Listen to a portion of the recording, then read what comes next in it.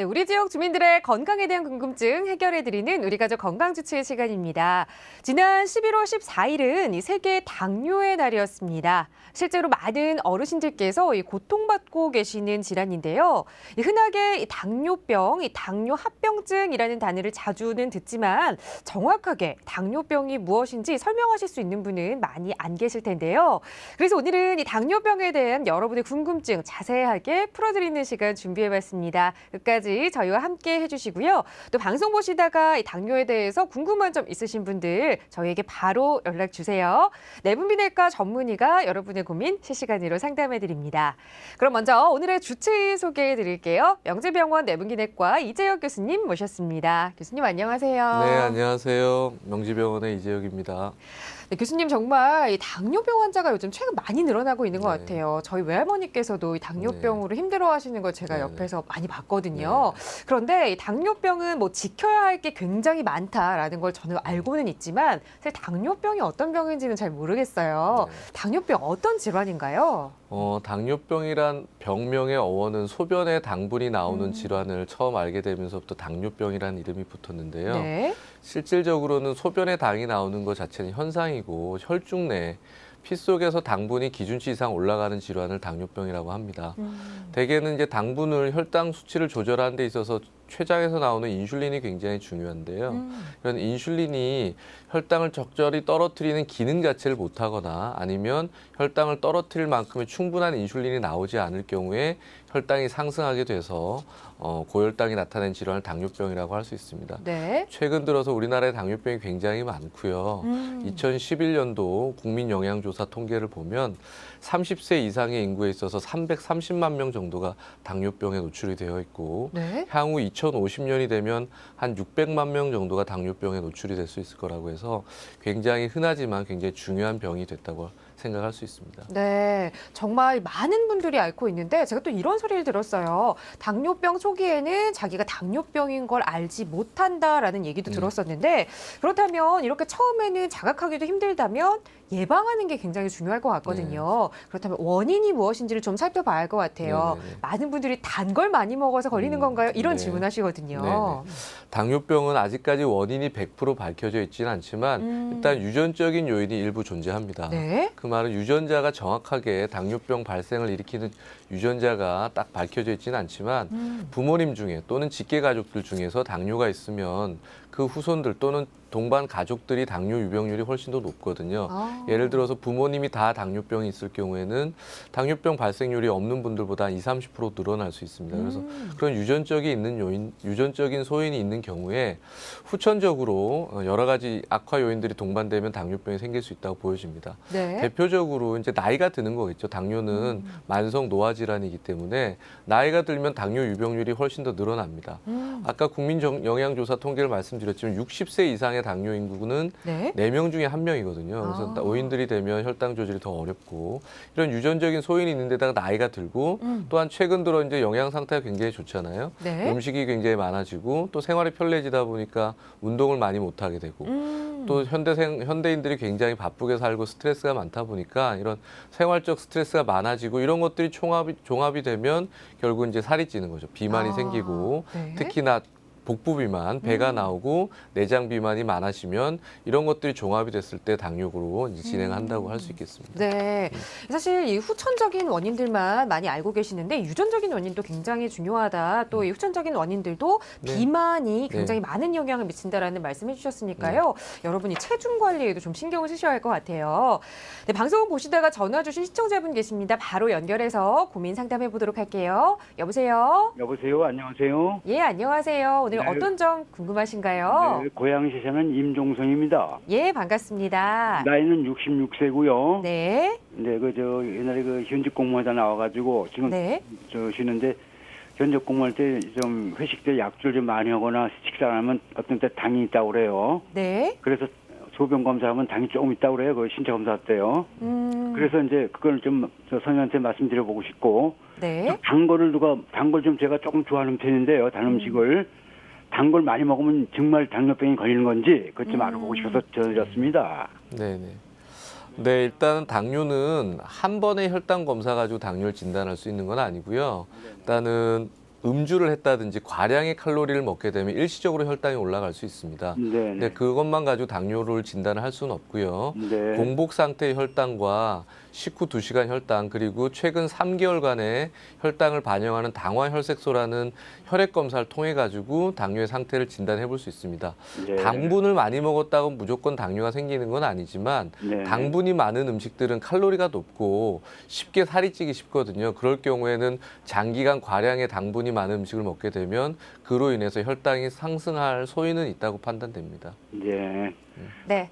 네, 선생님 더 궁금한 점 있으신가요? 네. 그래서 당분이 많은 음식물을 섭취하면 좀 조심해야 되나요? 네, 일단은 살이 찌기 쉬운 대표적인 식품들이 탄수화물이 많은 식품들이에요. 그래서 네네. 체중 조절을 위해서라도 당분 섭취량을 지금 드시는 것보다 조금 조절하시는 게 궁극적인 이제 당뇨가 생기는 원인 중에 비만이 중요하다고 말씀드렸잖아요. 그래서 네네. 당분을 과량 장기간 많이 복용하게 되면 결국은 비만해지기 쉽습니다. 그런 네. 경우에는 결국 당뇨로 진행할 수 있기 때문에 네. 영양소의 균형 있는 섭취가 중요하다고 생각됩니다. 네. 네네. 감사합니다. 네, 앞으로는 이 단 거 조금 줄이시고 건강한 식단으로 식사하시기 바랄게요. 네, 오늘 전해 주셔서 네, 고맙습니다. 선생님 감사합니다. 네.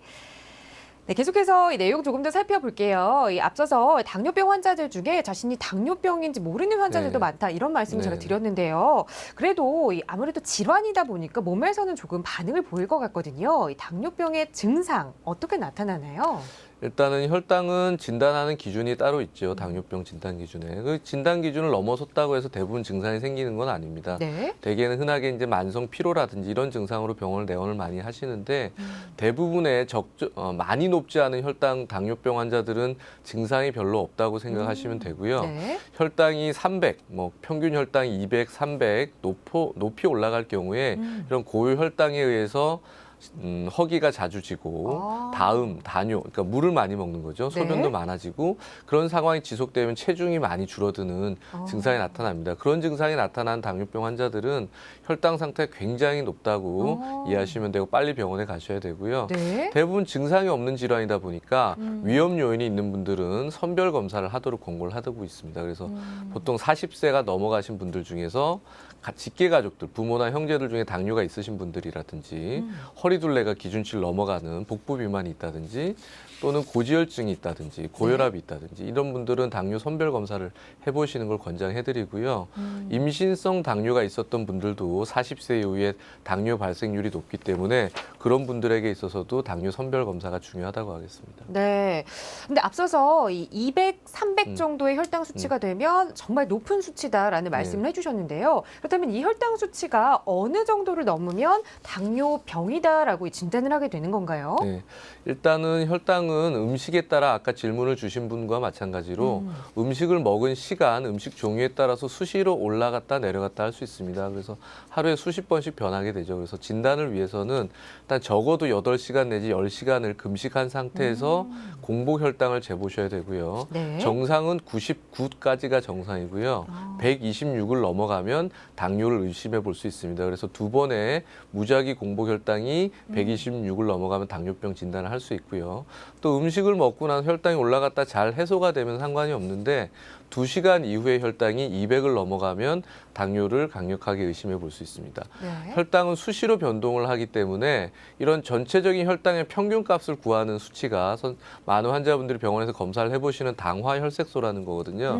그래서 당화혈색소 수치가 6.5%를 상회하게 기록하게 되면 그것만으로도 당뇨 진단을 할 수 있습니다. 그래서 3가지 카테고리죠. 공복혈당, 네. 식후 2시간 혈당, 당화혈색소 이 어느 것 중에 하나라도 기준치를 넘었으면 당뇨병 진단을 할 수 있다고 하겠습니다. 네, 이 혈당 검사를 하는 게 딱 한 번이면 되는 줄 알았는데 네. 이 정확한 당뇨병 네. 진단을 위해서는 조금 여러 번 네. 시간을 투자하셔서 검사를 하셔야 할 네. 것 같아요.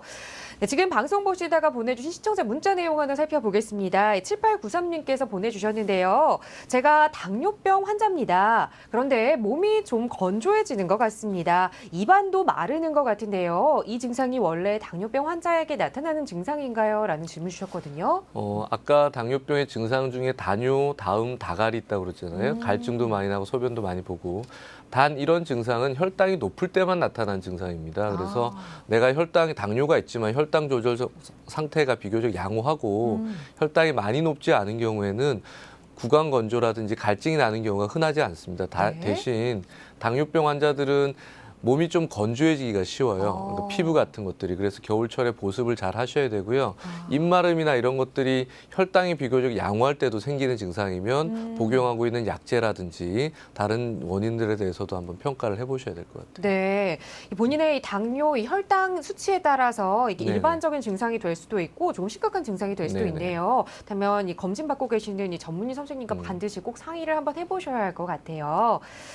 또 저희가 일반적으로 당뇨는 한 가지다라고 알고 있거든요. 그래서 저는 네. 오늘 새로운 사실을 알았어요. 이 당뇨병에도 여러 종류가 있다고요? 네네.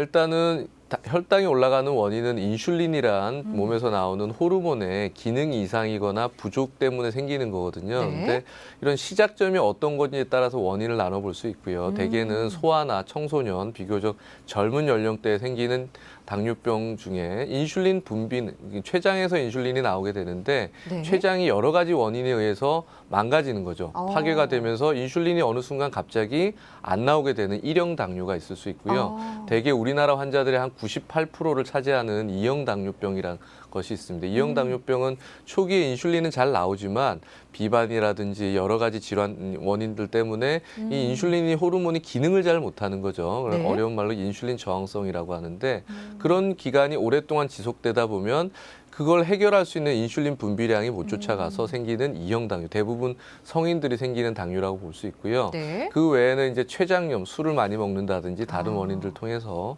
췌장염이 반복적으로 생겨서 인위적으로 췌장 기능이 떨어져서 생기는 뭐 기타 당뇨병도 있을 수 있고요. 아까 잠시 언급을 해드렸지만 네. 여성분들이 이제 임신을 하게 되면 호르몬 변화들 때문에 임신하는 기간 동안만 혈당이 올라가는 경우들이 있거든요. 네. 그런 경우를 임신성 당뇨라고 합니다. 대개 임신성 당뇨는 당뇨 가족력이 있거나 임신 전 체중이 너무 과다했을 경우에 그럴 경우에 발생하는 경우가 흔하게 있고요. 보통은 24주에서 28주 사이에 당뇨 검사를 해보게 됩니다. 그래서 임신성 당뇨가 있었던 분들은 임신이 종료되면 대개는 당뇨가 없어지는데 네. 아까도 잠깐 언급을 해드렸지만 40세 이후에 당뇨 발생률이 다른 임신성 당뇨가 없었던 분들보다 좀 높기 때문에 주의를 하셔야 되겠죠. 네, 임신 기간 동안 이 당뇨 증세를 보이셨던 분들은 이 연세가 드시면서 네네. 40대 이후에 만성 당뇨로 이어지지 않도록 더 적절하게 네네. 운동과 이 식사 조절을 하셔야 할 것 같아요. 근데 많은 분들께서 이 당뇨병이 무섭다 하시는 이유가 그 대표적인 이유가 바로 당뇨 합병증 네네. 때문이잖아요. 네. 이걸 막기 위해서라도 더더욱 관리를 잘해야 할 텐데 어떻게 관리해야 하는지도 좀 말씀해 주세요. 네, 당뇨병은 아까 말씀드렸듯이 혈당이 올라가는 병이지만 그 혈당만 조절해서 이 당뇨병의 합병증을 다 근본적으로 예방하거나 막기는 어렵죠. 그래서 당뇨병 환자들은 기본적으로 혈당 조절 1번이 되겠죠. 두 번째는 혈압, 고지혈증 관리도 무엇보다 중요하고요. 그리고 무엇보다 중요한 거는 금연을 하셔야 됩니다. 네. 기본적으로. 그래서 혈당, 혈압 조절, 고지혈증 관리 거기에 따라 추가적으로 생활 습관 중에서는 흡연까지도 영향을 줄 수 있기 때문에 금연을 하시고요. 네. 혈압이나 혈당, 고지혈증의 조절 목표는 환자분이 가지고 있는 개별적인 상태에 따라서 조금씩 다를 수 있습니다. 그래서 진료받고 있는 주치의 선생님과 내가 조절해야 되는 혈압의 목표와 고지혈증의 목표 그리고 혈당의 목표를 잘 상의하셔서 그 목표에 충분히 도달할 수 있도록 관리하시는 게 중요할 것 같습니다. 네, 사실 이 혈당이나 혈압을 주의해야 한다는 것은 많은 환자분들이 알고 계시지만 이 금연을 해야 한다는 사실은 그냥 쉽게 네. 여기실 수 있는데요. 이 점도 굉장히 중요하다는 거 꼭 기억해 주셨으면 좋겠네요. 사실 이 당뇨병은 이 혈당이 정상 수치 이상으로 네. 올라가는 증상을 말하잖아요. 그런데 또 반대의 증상을 겪고 계시는 분들이 계세요. 정상 수치보다 낮게 떨어지는 바로 이 저혈당인데요. 이 저혈당에 대해서 좀 자세히 설명을 해주세요. 네, 당분은 혈당은 우리 몸에서 굉장히 중요한 에너지원이거든요. 그래서 적정 수치를 유지하지 못하고 너무 높거나 낮게 되면 다 문제가 일어날 수 있습니다. 그래서 보통은 공복 혈당 기준으로 80 또는 19 혈당이든 피 검사를 통해서 혈당이 80 밑으로 떨어지면 저혈당이라고 대개는 얘기해 볼 수 있고요. 네. 그 이후로 떨어지는 수치에 따라서 증상이 다양하게 나타납니다.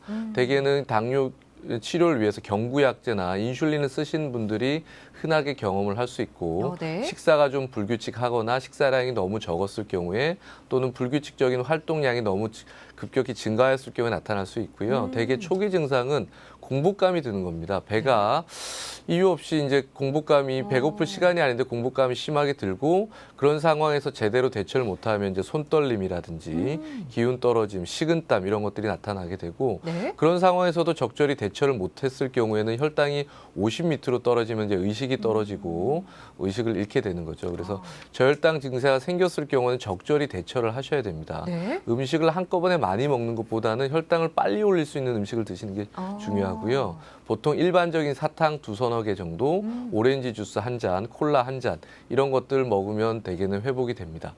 15분 정도 뒤에도 증상이 해결이 안 되면 식사량을 조금 더 하셔야 되고요. 2번 네. 이상 조치를 하셨는데도 증상이 해결이 안 되면 병원으로 오셔야 되겠죠. 그리고 이제 발견이 의식이 없이 발견되는 저혈당 환자분들도 있는데 네. 의식이 없을 때는 입으로 뭔가를 드리려고 먹도록 권고하지 마시고요. 이게 사리가 들려서 폐렴이 생기기 쉽기 때문에 네. 의식이 없는 분들은 빨리 병원으로 이송을 하셔야 될 것 같습니다. 네, 이 저혈당으로 고민하시는 분들은 이 평소에도 이 사탕 2알 정도는 꼭 네. 필수적으로 가지고 다니셔야 보통 돼요. 운동을 하거나 생활을 하거나 또는 장기간 운전을 하신 분들은 네. 손이 닿는 위치에 바로 증상이 있을 땐 바로 먹을 수 있도록 비치를 하셔야 되고요. 되게 네. 인슐린 사용자들이나 경구약제들 중에서 저혈당이 빈번하게 올 수 있는 약제 쓰신 분들은 주무실 때도 손을 뻗으면 바로 먹을 수 있는 자리에 그런 것들은 상비를 해놓고 계시는 게 중요합니다. 네, 상비약처럼 꼭 가지고 있어야 한다. 꼭 기억하셨으면 좋겠고요. 네, 바로 전화 주신 시청자분 연결해서 또 고민 상담 이어가 보도록 하겠습니다. 여보세요? 네, 예, 안녕하세요, 어머님. 네, 예, 오늘 어떤 점 궁금하세요? 네, 저는 81세, 네. 저기 나이 많은 노인인데요. 네.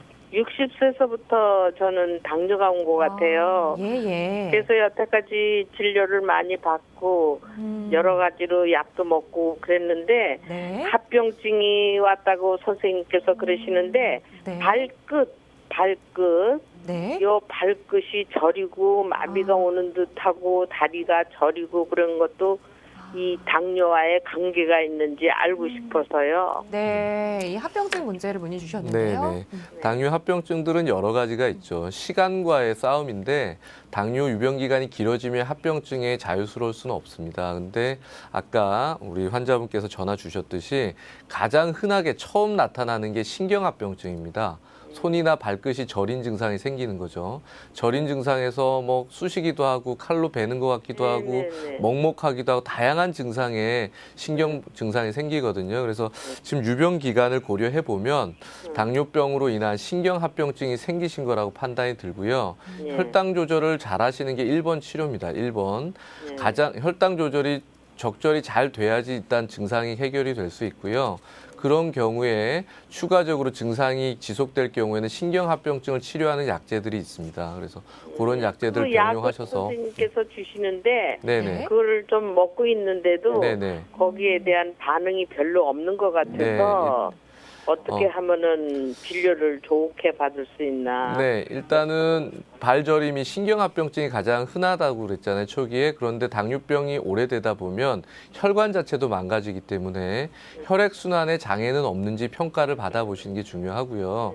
내 혈당 상태도 적절하고 쓰고 있는 약제 자체를 쓰는데도 증상이 지속될 경우에 신경병증을 치료하는 여러 가지 약제들이 많이 나와 있습니다. 그런 약제들을. 신경과로 다 아니, 해야 됩니까? 예, 당뇨병을 봐주신 선생님들도 얼마든지 관리를 해주실 수 있으세요. 그래서 여러 가지 신경 통증을 치료하는 약제들이 한 5가지 정도 되거든요. 그래서 그런 약제들을 병합을 하든 변경을 하셔서 자꾸 경험을 해보시고 치료를 하시면 될 것 같습니다. 네, 어머니 굳이 신경과를 방문하지 않으셔도 지금 당뇨 치료를 해주시는 선생님과 충분히 상의 가능하다고 하니까요. 꼭 상의 받으시고 적절한 약 드시고 건강한 겨울 나시기 바랄게요. 네, 감사합니다. 예, 전화 네. 감사드립니다. 네, 정말 많은 분들이 당뇨로 고생을 하고 계세요. 특히나 연세가 많으신 분들이기 때문에 네. 이런 합병증 문제도 참 걱정이 많이 되는데 전체적으로 이 당뇨병은 관리하기 어려운 병으로 유명하잖아요. 네. 우리 환자분들 이렇게 관리해야 한다 이런 팁을 좀 알려주세요. 일단 당뇨병 어려워하시죠. 당뇨병 진단을 받으시면 굉장히 이제 걱정이 많아집니다. 왜냐하면 사람이 기본적으로 쉬고 싶고 많이 먹고 잘 먹고 싶고 한 것들을 제약을 많이 하게 되죠. 그래서 당뇨병 환자분들 처음 진단 받으시면 제일 먼저 말씀드리는 게 생활 계획표를 다시 짜시라고 말씀드립니다. 일단 규칙적인 생활이 기본이 돼야 됩니다. 식이라든지 생활 운동이라든지 여러 가지 생활의 스케줄, 업무라든지 하시는 일도 비교적 규칙적인 생활 패턴을 유지하시는 게 중요하고요.